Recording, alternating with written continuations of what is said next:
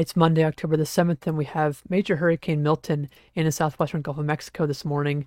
Absolutely incredible hurricane. Has intensified extremely rapidly to a level that is only matched by hurricanes like Wilma in 2005 and Felix of 2007. And we've seen remarkable increase in winds just in the past day. It's about 12 o'clock in the afternoon here Eastern time on Monday. If you go back to 12 p.m. on Sunday, it had just become a hurricane. Now we're at Category 5 intensity as a recon plane had just went in to the eye wall and they found support of Category 5 force winds at the surface. And this is now one of the few Category 5s we ever seen in the Gulf of Mexico in October. And this system is likely continuing to intensify as the hours go on, as there's nothing really stopping it. If we look at water vapor imagery, the wind shear is very light. You can see clockwise turning aloft, highlighting an area of high pressure. That is helping to keep wind shear very low right over Milton. The waters here have been pretty much untapped since July, and there's no internal struggles. The eye wall is very strong. There's no eye wall replacement cycle, at least not in the onset right now. We may have one in the next several hours, but at least one is not going on right now. And all these factors are combining to make for an extremely favorable environment for Milton that's allowing it to continue to intensify. Now, we'll have more data from Recon after the video, but you can just see the incredible intensification rate that we've seen from the data here on this plot.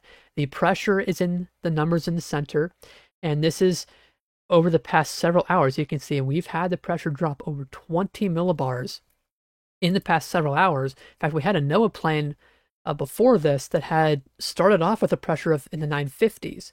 So we've dropped over 30 millibars in the past 6 to 12 hours, and that's an incredible intensification rate. And you can see the pink barbs here on the northeastern and southwestern side of the eye. These are the Category 5 force winds, and these are likely wrapping around into more quadrants. So we have a extremely intense but compact eye wall. And the compact eye wall is super important here for the Yucatan Peninsula. You can see that we are still generally having a southerly trend with Milton's track. Now we are decreasing the rate that we are decreasing in latitude, and this is good news because this is getting eerily close to the Yucatan Peninsula, and we really would like to keep this away from the coastline. Now the expectation for models is that the system will bottom out at a certain latitude and then start to gain latitude as it passes north of the Yucatan Peninsula, and we might be seeing that bottoming out start now. And this might just be far north enough to keep most of these strong winds on the south side away from the coastline. Now, it does angle up as you go further east, so we may get some of these hurricane force winds. And as a result of that, we do have a hurricane warning in place for this northwestern part of the Yucatan Peninsula. But at least we will probably avoid the southern eye wall, which is holding some of the most intense winds, at least right now, with Hurricane Milton. Now, for the forecast going forward, this is very important for Florida, as I know you're probably tired of dealing with hurricanes because we just had Helene alongside the past several years. But this system is coming your way and is likely to make landfall as a major hurricane. Now, one important thing to note about this, the storm is going to weaken before landfall. It's not going to be a Cat 5 coming into Florida. But this can still be easily a powerful major hurricane coming in to the Florida Peninsula. And one thing I want to avoid is having any thought of the storm is less dangerous because it's weakening upon landfall. The issue is that Milton is going to be growing in size as it comes east through processes in the upper level environment, but also internally. And as a result of that, the system is going to be able to push more water into the Florida Peninsula coastline. Alongside that, as the system is a Category 5 now, and we have really no sign of it weakening from that status for a long time at least, this is going to be pushing a lot of water on the south side especially, that's going to be starting to pile up as it pushes further east. And as the storm weakens, this water that's disrupted does not just disappear. It does not just dissipate away. It keeps going with the hurricane. That water has to go somewhere. And eventually what's going to happen is this system is going to come here, and it could easily still be a Category 3 hurricane here, but it could have the storm surge you would expect out of a Category 4 hurricane, maybe even Category 5 if it remains a Category 4 coming into the coast. That is still a possibility with the storm, especially as it gets into this higher peak intensity here. And so what I want to avoid, like I said, is any thought that the system is not as dangerous because it's weakening. We saw this with storms like Katrina in 2005. That was a Cat 5 in the middle of the Gulf, but it weakened to a Cat 3 by the time it came into Louisiana. But we still had an incredible storm surge in areas like Mississippi, Alabama, and Louisiana that caused a massive disaster there along the Gulf Coast. And of course, I'm not saying we're going to have Katrina levels of storm surge, but that's a good comparison here to a storm weakening, and it's still having very high surge, especially in storm surge prone areas like Port Charlotte and Tampa Bay, where this water may just be funneled right in, as this is a very, very bad approach angle for the hurricane to take. With storms like Ian in 2022, we had very bad surge, but in areas like Tampa, we were spared for the most part from that storm surge. Even in Helene a couple of weeks ago, we were spared from the worst of the storm surge because the storm was still fairly far west. The unfortunate aspect of this approach angle is this is now forecast to come just north of Tampa. And that being just south of the eye is going to maximize storm surge into the Bay Area. And this is, we've talked about this for the past several years, that, this could be a worst case scenario. And I know that we've avoided it in storms like Idalia, Ian, and Helene over the past several years. But don't take those and assume that Milton is going to be the same. It's not a guarantee that we get, massive surge in Tampa. It's still possible it does track south. But what you need to do today is prepare for the worst. We hope for the best, of course, but prepare for the worst in the event that we do get that worst case scenario storm surge into the Tampa Bay area. Best to be prepared rather than not be. And on the note of storm surge, I'll show you the storm surge forecast right now. You can see we're expecting life-threatening storm surge along a large portion of the coastline of the Florida Peninsula. And if you're in any evacuation orders, and I stress this a lot with Helene, and I'll stress it with Milton, heed those evacuation orders. You have time to prepare. We've got a couple of days before the system comes into Florida. Landfall is expected sometime late Wednesday or Thursday. So you have all day today and all day tomorrow and parts of a Wednesday to prepare and get out. What I'd recommend doing is preparing today, getting your preparations finished, hurricane shutters, having everything in your preparedness kit ready so you can evacuate on Tuesday. Because one thing you don't want to do is wait until Wednesday when perhaps traffic may be very high, and then you deal with being stuck in traffic as a hurricane comes in, and that's not a good scenario for anyone to be in.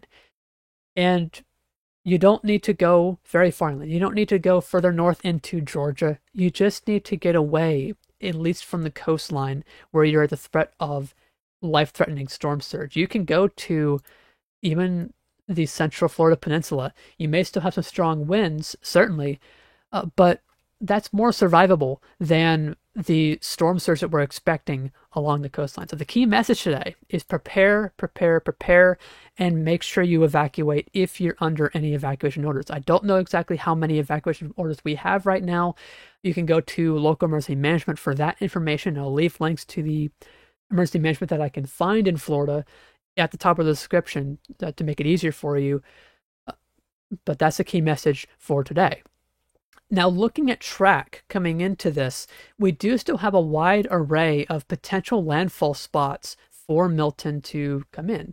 You can see on the Hurricane Center forecast we've got a range from about Fort Myers Beach all the way up to Cedar Key still, with the current center track into Tampa, Florida. And this is going to be a very sensitive forecast for Milton. you can see that as the system comes east, the upper level pattern is going to evolve. So this upper level high is not going to be the predominant feature anymore as we get into the eastern Gulf. You can sort of see this kink in the lines, in the streamlines here in the northwestern Gulf. This is with an incoming upper level trough that's going to help pull the system further north. You can see that happen on the model as we come into landfall sometime on Wednesday or Thursday. Here's that trough axis now trying to push the system up towards the north and east. Now, we have seen on some models like the European, this trough being modeled a little bit weaker, and that has caused models like the European to come further south. Now, we are seeing a trend on models like the European of this trough axis being a little bit sharper, maybe something more like the GFS is showing here, which would be more inclined to have a track coming further north here, perhaps narrowing down a zone from, say, Port Charlotte to, say, Cedar Key. So really right about where the Hurricane Center forecast cone is right now on that. We did have upper level recon plane data go into these models. That was a plane that flew throughout the entire Gulf of Mexico, and they got a ton of data here that was fed into the models, and that might be what we're seeing on the European, modeling this upper level trough a bit sharper. But we still don't know exactly if this is going to be the case. This trough is digging in on Wednesday, so there's still things that can change. So even if you are in here in Fort Myers, even though we are seeing these trends today further north, don't take your guard fully down and don't take your preparations down. Keep them up. Assume the hurricane is coming directly for you, because even if it doesn't, you're still on the south side of the hurricane, and this forecast of storm surge is accounting for a storm track north of you into Tampa, and you're still getting 5 to 10 feet of storm surge into areas like Sanibel Island, Fort Myers Beach, and Charlotte Harbor there down on the southwest coast. Now, storm surge is not going to be the only issue we have. We will have flooding issues from freshwater flooding from rainfall. You can see along the Yucatan Peninsula, mainly confined to the northern coast. We could have local areas exceeding 150 millimeters of rainfall. And across Florida, we could have a lot of rainfall with a widespread expanse of 4 to 6 inches of rain across much of the peninsula, with local areas getting upwards of a foot of rainfall, especially along the northeastern coast as the system moves offshore and funnels Atlantic moisture right into that part of the coastline. And as a result, the Weather Prediction Center has issued a moderate risk of excessive rainfall along this portion of the Florida coastline, showing you that enhanced risk there of flooding in areas like Tampa, Orlando, up to Jacksonville. We also have this down further south along the coastline of southern Florida in the Florida Keys and Miami. There are some model expectations that we'll have some dry air punching in on the south side, so we may decrease some of the rainfall for areas like Okeechobee, but further south, models are showing that we will likely still have a good moisture plume, and that could cause some flooding issues well away from the Hurricane Center in areas like Miami down in southern Florida. That's all that I've got for now. I'll have another video out tomorrow on Hurricane Milton. Stay safe in the Yucatan Peninsula as the system comes through, and in Florida, like I said, key message today, prepare and evacuate if you need to. And I'll have more updates as well on Twitter, and I'll be retweeting National Hurricane Center posts as well, so you can get those that information very quickly when they do come out. That's all for now. Thanks for watching.